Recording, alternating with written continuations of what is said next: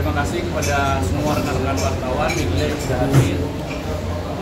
Belakangan ini berita terkait klien kami banyak yang tidak pas, ya, atau kami kategorikan sebagai hoax. Ya, mulai dari klien kami di framing mengajukan gugatan, gitu ya, sudah kita klarifikasi bahwa itu tidak benar.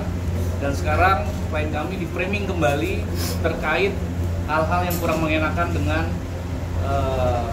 anaknya, ya. Jadi 100% itu adalah framing orang yang tidak bertanggung jawab, ya. Jadi klien kami sudah gerah dan sudah tidak lagi bisa berdiam diri karena berita seperti ini pas kita lihat sudah kurang lebih tahunan, ya hampir 1 tahun. Tapi klien kami ini tidak pernah mau mengurusi hal-hal seperti itu sebenarnya. Tetapi karena sudah terus ada, klien kami dengan arahan kami, kita akan mengajukan hari ini adalah somasi terbuka. Kenapa somasi terbuka? Karena yang melakukan komen, yang melakukan framing itu sudah banyak. Ya, kalau hanya 1-2 orang mungkin kami hanya melakukan 1 somasi, tapi karena ini sudah dilakukan oleh framing dilakukan oleh banyak orang dan komentarnya sudah banyak, itu sudah sangat mengganggu dan kami lakukan somasi terbuka. Nah, apa yang kami sampaikan akan disampaikan rekan saya nanti, ya, untuk somasinya. Setelah itu mungkin klien kami sendiri yang akan mengcounter sebenarnya situasinya seperti apa. Oke, ya, terima kasih buat semuanya. Assalamualaikum warahmatullahi wabarakatuh. Waalaikumsalam. Kita semua, seperti sudah dijelaskan oleh Bang Kris tadi, ya, maka kali ini saya akan membacakan somasi terbuka kami untuk pihak-pihak yang tidak bertanggung jawab tersebut. Oke, somasi terbuka. Bertindak untuk dan atas nama klien kami Sarwenda.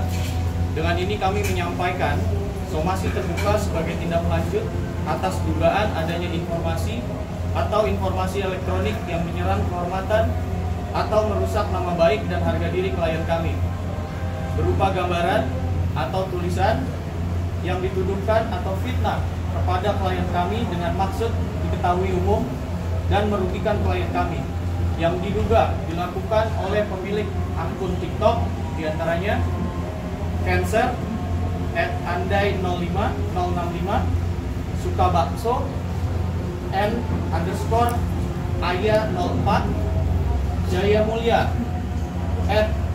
@kobil, dan fullcheckbio @full.check.bio, dan yang terakhir J2_P J2_APS. Maka berdasarkan hal-hal tersebut di atas, kami menghimbau kepada pemilik akun TikTok tersebut di atas hal-hal sebagai berikut. Yang pertama, menyampaikan permohonan maaf kepada klien kami secara terbuka dalam waktu 3x24 jam sejak somasi terbuka ini disampaikan. Yang kedua, menghapus tulisan dan atau gambar atau foto dan atau video yang berisi tuduhan atau fitnah yang menyerang kehormatan atau merusak nama baik dan harga diri klien kami. Dan apabila belum ada realisasi sampai batas waktu sebagaimana disebutkan di atas, maka klien kami akan menggunakan hak sebagai warga negara untuk mengambil langkah hukum dengan mengajukan laporan pidana melalui Kepolisian Negara Republik Indonesia dan atau pengajuan gugatan perdata. Bahwa dengan ini, klien kami juga akan mengambil langkah hukum terhadap pihak-pihak lainnya yang diduga dengan sengaja menyerang kehormatan atau nama baik klien kami dengan cara menuduhkan suatu hal dalam bentuk gambar, tulisan, dan atau informasi elektronik dan atau dokumen elektronik dengan maksud supaya hal tersebut diketahui umum dan merugikan klien kami, yang dilakukan melalui sistem elektronik termasuk namun tidak terbatas pada aplikasi TikTok, Instagram, X atau Twitter, dan channel YouTube sebagaimana diatur dalam pasal 27A Junto pasal 45 Undang-Undang Nomor 11 Tahun 2008 tentang ITE, sebagaimana telah diubah sebagian oleh Undang-Undang Nomor 1 Tahun 2024 atau pasal 310 ayat 1 dan 2 KUHP dan atau aturan hukum lainnya. Demikian somasi terbuka ini kami sampaikan agar segera ditindaklanjuti. Terima kasih. Jadi teman-teman media, apa yang kami sampaikan adalah pintu awal untuk permintaan maaf kami buka. Jadi 3 kali 24 jam itu adalah waktu yang kami berikan agar orang-orang yang melakukan framing, ya, orang-orang yang melakukan komentar-komentar yang langsung melakukan fitnah kepada klien kami, tetap Sarwenda sangat membuka pintu maaf. Ya, tetapi dengan syarat tidak boleh mengulangi. Karena apa? Karena yang dijaga oleh Sarwenda ini adalah psikologis anak. Ya, bagaimana framing ini membuat tidak patutlah kita dengar sebenarnya, tapi terus dilakukan. Nah, orang-orang yang framing ini akan kami laporkan, dan yang melakukan komentar-komentar ini kalau tidak melakukan permintaan maaf dengan berat hati, kami tetap akan mengambil hak hukum kami. Ya, jadi kami tidak mengancam, tapi kami mengambil hak hukum kami untuk melakukan pelaporan nantinya apabila tidak ada itikat baik terkait pemaafan. Dan pemaafan seperti apa? Meminta maaf di depan media juga. Ya, jadi tidak bisa hanya meminta maaf DM klien kami gitu ya, karena dia mengomentari yang tidak benar dan tidak pas di depan umum di banyak orang. Jadi dia juga harus meminta maaf di banyak orang. Ya. Nah, bagaimana situasi itu saya serahkan sekarang apa faktanya kepada Sarwenda. Silakan. Selamat siang semuanya. Siang. Jadi setelah diskusi panjang dengan kuasa hukum saya, karena ini masalah sudah bergulir lama sekali, dan akhirnya saya memberanikan diri untuk mengambil tindakan tegas. Kenapa harus tegas? Karena berita ini sudah berlarut terlalu lama banget, dan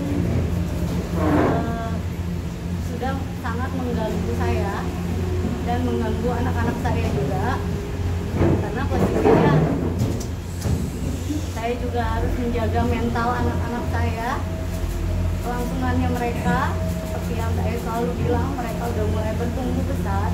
Ada yang udah besar juga, udah bisa baca, udah tahu juga. Jadi saya harus menjaga dan melindungi mereka semuanya. Dengan kayak gini saya mau mengklarifikasi semuanya. Apa yang diomongin orang itu ya fitnah gitu. Jadi saya harus bertindak tegas dan supaya kedepannya nanti tidak mengganggu anak-anak saya, bukan cuma saya tapi anak-anak saya.